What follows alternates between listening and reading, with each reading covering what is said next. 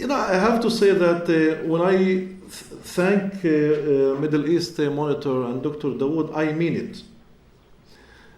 Because usually the issues of the Arab-Palestinian community within Israel are not in the focus in the international discussions. And, sometimes they give us, one panel in a larger conference or one speaker in tens of speakers. But I think this is one of the very few conferences that the entire day is on the situation of our community. So really, thank you for doing that. And maybe that's, And maybe it's about time to thank Netanyahu government for enacting the nation-state law, so we could focus more on these issues.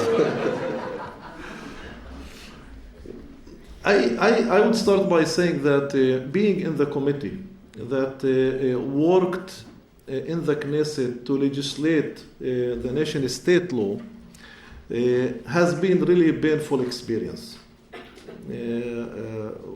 Maybe one of my worst time during the last 4 years in the Knesset. To sit in a parliamentary committee in the 21st century and to hear racist discussions against me, against my community, and against my people, that's not an easy situation. That's not an easy situation. And I think Dr. Dawood mentioned that in the opening when he said that looking at the Arab-Palestinian community within Israel as enemies, as a fifth column,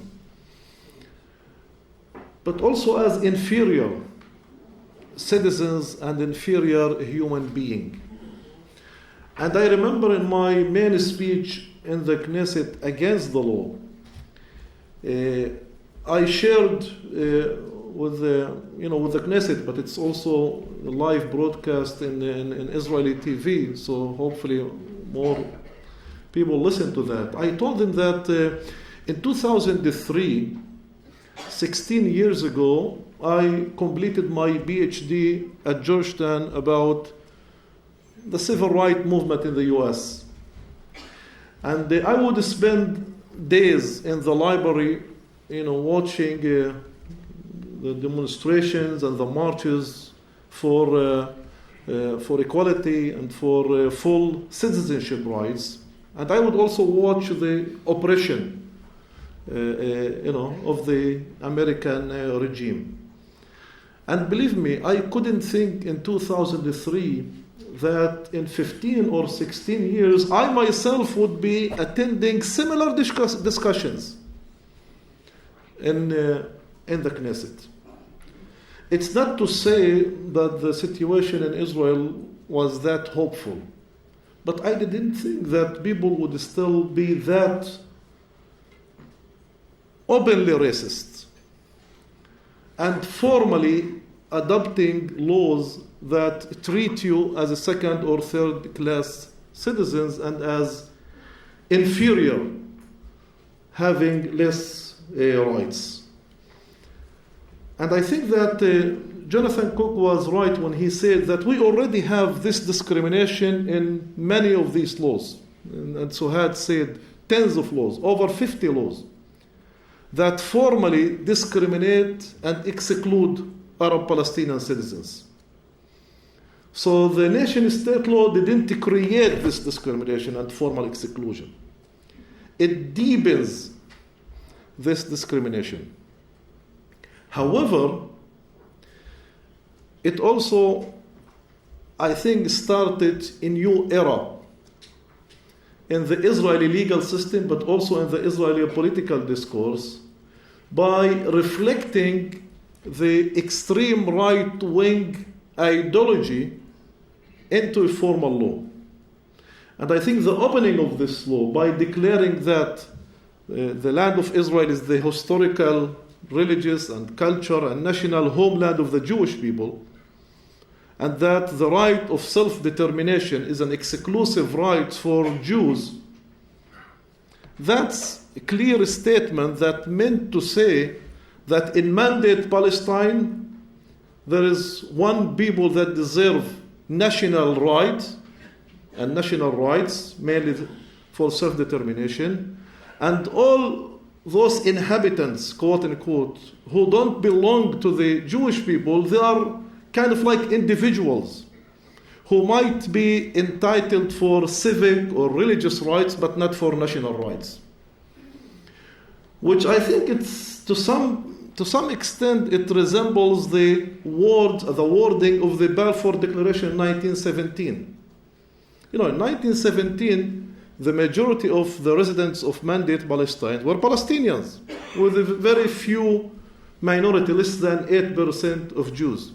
Now, the Balfour Declaration referred to the small minority in terms of national rights, speaking about homeland of the Jewish people, while referring to the majority, Palestinians, over 90%, as non-Jews, not even mentioning being Arabs or Palestinians, as non-Jews who are entitled only for civil and religious rights, not national rights.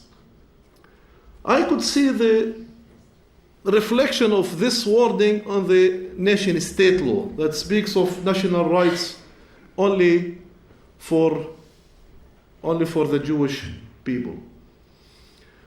And that's exactly what's going on the ground, and that's exactly what I hear from main key ministers under the previous Netanyahu government, and who will be also the leaders of the coming government, who would say clearly that there will be no Palestinian state.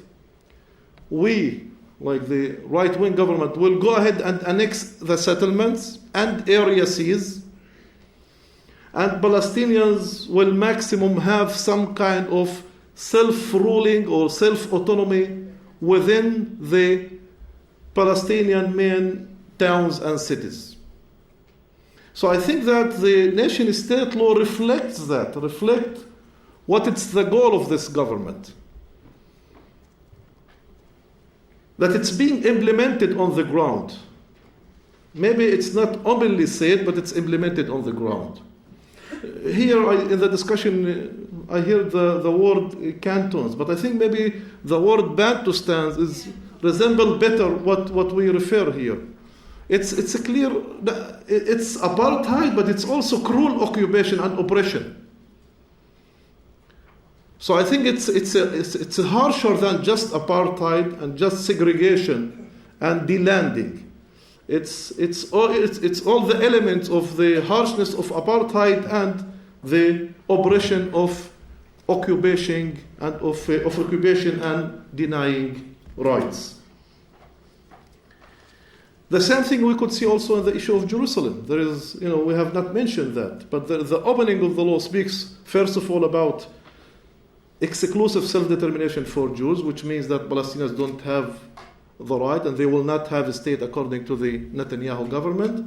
But there is also the provision about Jerusalem, complete and united Jerusalem, the capital of the state of Israel, which means basically that there are no rights for Palestinians in Jerusalem, which also means that the borders of 1967 are not relevant anymore for the right wing. Which exactly what we hear almost on a daily basis in the Knesset from leading ministers who would say clearly, forget about Palestinian state. One of them, the deputy speaker of the Knesset, would say, there is no Palestinian people, so of course there will not be Palestinian state because there is no Palestinian people at all. So the denial now is that formal, is that clear. And let me say that I believe that without the feeling of the right wing in Israel, that they have a clear backup from the American administration now under Trump, maybe the nation-state law wouldn't be legislated in last July, because the wordings of the law have been there since 2011. It's going through. So why just now? Why in 2018 the government was able to do that? I think because the Israeli government got the green line from the Trump administration to do that. This is exactly, maybe we could understand why Netanyahu in the last election campaign said, maybe for the first time that clearly, that he is willing to annex the settlements to Israel. We have seen the connection between this statement about annexing the settlements and the Trump declaration of recognizing the sovereignty of Israel over the Golan Heights. If the rule of the power lead to this recognition of America over the Golan Heights, so similar rules might lead to similar recognition of annexing the settlements first, and then maybe the entire area seas, which are over 60% of the West Bank. So Palestinians will be left with less than 10% of their historical land, and still not in a sovereign state, but in some kind of Bantu stance with no right for self-determination. And I think it's professionally accurate to say that similar laws existed in recent history in South Africa during apartheid and in the US during segregation. I think that was also Adala conclusion about when looking into comparative, legal systems. So the last two states that adopted similar superior laws for the hegemonic majority was South Africa and the US during segregation. And I have to say also that I also see the similarities between the notion that was in the US during segregation about separate but equal. That was the notion that was used by the Supreme Court to legitimize segregation and oppression against African Americans, and the notion of being Jewish and democratic states. Segregation and racial oppression has never been equal, of course. And similarly, I think the nation-state law make it clear for those who have not understand that yet, that being a Jewish state means giving superiority by law and by practices to the Jewish citizens and to the Jewish people, and that cannot be democratic. There is no way that this could be democratic. And when I speak sometimes to international activists, I mention the Arabic مقولة. شو يعني مقولة؟ The Arabic statement about, or the Arabic say about عنزي ولو طارت. You know this? عنزي ولو طارت. It means in a free translation, it's a goat even if it flies. It's a goat. So, and now the situation in Israel is basically saying it's a democratic state, even if it's not. Because how we could understand the fact that 1.5 million Palestinians, native of the land, living in their homeland, denied access and denying return to their original villages that sometimes they are 1 mile out near their livings, denied equality, denied political freedom, denied for fair job market, denied their group identity in their own schools. It's, we are being taught in Arabic, but the curriculum is controlled by the country. So we are denied studying our history, our culture, our national narrative, our national icons. Think about that famous Palestinian poets like Mahmoud Darwish and Samih Qasim and others, they are not part of our educational system. because they are seen as, as radical and nationalist, as if it's the Ministry of Education decision to deny us studying, our own cultural and national icons. The basic of democracy is equality and equal citizenship. And in Israel, that rule has been violated for over 70 years. The nation-state law deepens this. In one hand, is a declaratory, but in other hand, it opens the door for further policies and tools of oppression. In the discussion, we mentioned the attack on the Arabic language and degrading its status from being an official language that was not ever respected. However, giving the Hebrew now superior status will open the door for basically targeting Arabic more and more. And it's not just targeting the Arabic, it's targeting the speaker of Arabic and our status as Arab-Palestinians. And there is also that statement about Jewish settlements. This is an unbelievable statement. The statement that says that Jewish settlements has a national value in Israel, and the state would encourage the establishment and the strengthening of Jewish settlements. Think about similar statement in the US, that you would say that white settlements for white are national values, and that the US will encourage the establishment and the strengthening of white areas and white housing.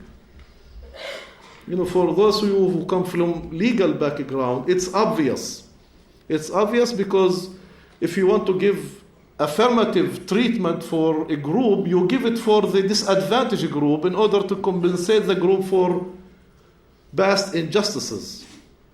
But I don't think that in any state today you will find basic law, constitutional law, that would give a preference for the hegemonic group. And encouraging also hatred by that, because once you say that Jewish settlement is a national value and you will encourage that, you basically encourage the Jewish community to exclude and to look to Arab citizens as inferior and as enemies, because they are not welcome in the Jewish neighborhood. This is what the law basically says. So I'm saying, for those of you who are coming from legal background, it's an obvious violation of basic rights. But for everybody here, from any background, obviously this is a clear moral failure. Giving this superiority for one community over the other. And especially in this case where this community today, at least half of it are immigrants to the land and to the country.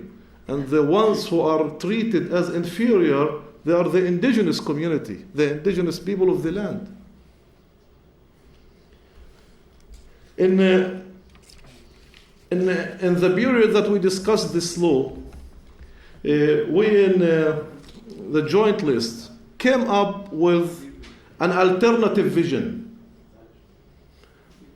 for the state that is currently called Israel, because we want to challenge the moral attitude that the nation-state law presented. And I guess, as you know, we had no expectation that the alternative vision, which is basically the proposed basic law, Israel as a democratic, equal, and multicultural state. We had no illusion that it will pass in the Knesset, definitely. But we want to present it as a challenge, to present the values that we want to promote. And we knew that the nation-state law will be discussed in the international arena. So we wanted to show what are our principles vis-a-vis the supremacy principles that are presented by the government. So when Netanyahu speaks of democracy, or sometimes the ways of democracy, if you look at the two laws, you will find out that we are the democratic side of this discourse, not Netanyahu government. We are the ones who adhere to international standards of equality, democracy, multiculturalism, while the Israeli government is promoting supremacy and inferior citizenship. So just quickly, to show you now the alternative that was presented. The basic law seeks to establish principles of a democratic and multicultural state which grants full civil, cultural, and national equality to all its citizens. The state shall be democratic with equal rights for all, grounded in the principles of human dignity, freedom, and equality in the spirit of the United Nations Declaration of Human Rights. Everything that's stated in this basic law or any other law must be understood and interpreted through this clause. The state shall be shared equally by all of its citizens, Jews and Arabs. All state institutions and resources shall be distributed and shared among all of its citizens equally. The state shall provide equal protection of the laws. I like this frame, equal protection of the laws. That's exactly the same provision from the American Constitution. Equal protection of the laws. And I think it was one of the first legal statements in modern legal history about the equality. In the US, it was not also respected until 1954 or 55, at least in the formal legal system. So I tell them, even when we suggest the basic principle in the American Constitution, in Israel they refuse to adopt it. For all of its citizens, and equality guaranteed national, cultural, linguistic, and religious rights to the two national groups, Jews and Arabs. Now that is about the state borders, the idea of two-state solution based on 1967. And if you ask me why was that important to suggest clearly in the law, because we are always attacked by the extreme or by the right wing as if we negate the state of Israel and we are enemies and we are against the state. So we'll say it's not the question of being against the state or not. It's the question about what state. If it's a racist state, of course we are against. But if it's a state that would accommodate all the rights of the two communities, including a historical right of Palestinians, so this is something that we are ready to negotiate.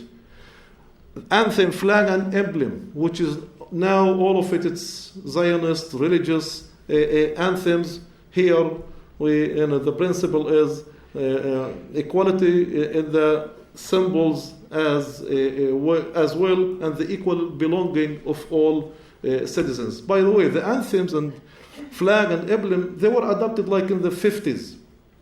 So when they were adopted, there were 20% of the citizens who cannot identify or be affiliated with that. So adopting symbols that represent only the Jewish majority was a clear message about who belongs and who does not, according to this law.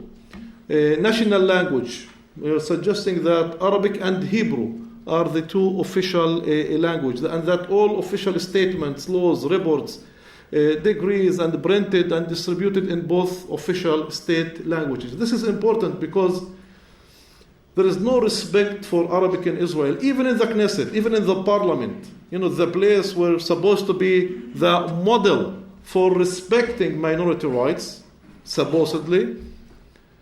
I could speak in Arabic in the Knesset, but there is no translation, so nobody will understand me. So I say Assalamu alaikum, and then I move to Hebrew because I want them to hear me.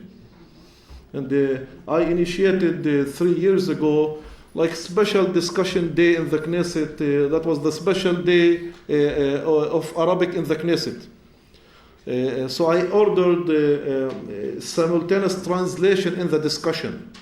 And luckily they approved that. That was 2016. And I was told that the last time that there was a simultaneous interpretation and translation to Hebrew and Arabic was back in 77 when Sadat was in the Knesset. Just to tell you how marginalized is Arabic. The principle of effective representation. This is important. The Arab minority has the right to appropriate and effective representation in all governing bodies of the state, including public institutions and all decision-making bodies. This is important because it is right that we are represented in the Knesset, but our influential, of course, is very marginal. So we are in the Knesset, but we are not part of any decision-making process. And so the idea basically is the importance not to be in the parliament. The idea is to be part of decision-making bodies, which now doesn't exist neither in the Knesset nor in the main decision-making bodies. Special institutions, that's the need of our community, to some kind of like self-ruling in our internal areas, like in religion, in education, in culture. For example, establishing our own board of education run by Arab educators, establishing our own council of culture to run our cultural activity. All these issues now are dictated by the government. And you know, as a previous university, I'm finishing. As a previous in sabbatical now, university lecturer, and As'ad definitely knows this experience. It's mostly Jewish students. So, you know, I would have like this hall with over 100 students, mostly Jews. I will decide as professor all the content and what to teach and what would be the focus. However, when it comes to my kids in the school in my neighborhood, I cannot decide anything. Nothing. I could be, you know, the most famous and respected professor in Arabic, but I have no influence on the Arabic curriculum of my kids. Why? Because everything is decided by Ministry of Education, and there is a denial of any Palestinian content. Any law that contradicts or defies this basic law shall be invalid.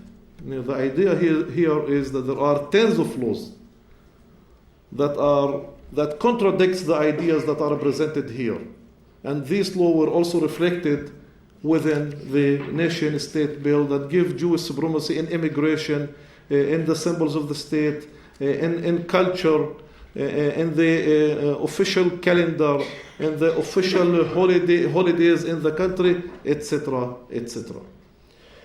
I would end by saying that I started by thanking the Middle East Monitor for this conference, and I will finish by also saying that it seems to me that without serious intervention and a serious act from the international community and from the international institutions, things in our region will continue to deteriorate.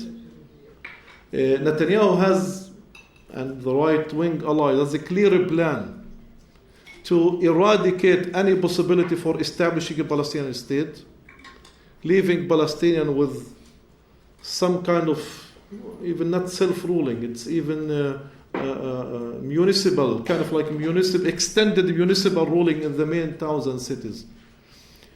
Palestinians cannot accept that. It's against nature that you can accept being under oppression or accept being treated as inferior in your own homeland.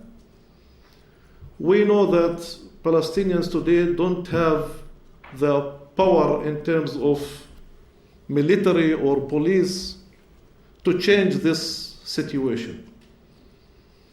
So the two remaining powers that could change the situation, one is mass mobilization within the Palestinian people, whether in the West Bank or within Israel, based on the idea of these marches in the US and in South Africa during apartheid. But also there is a need for an international intervention from the UN institutions, from the EU, but also from individual influential countries like UK, like France, Russia, Germany, and others. So I hope that you in the audience are limited in your ability to come and help in our region, but you have the power, you have the voice to influence the international community around you. We need this influence and we need this intervention before it's too late. Thank you.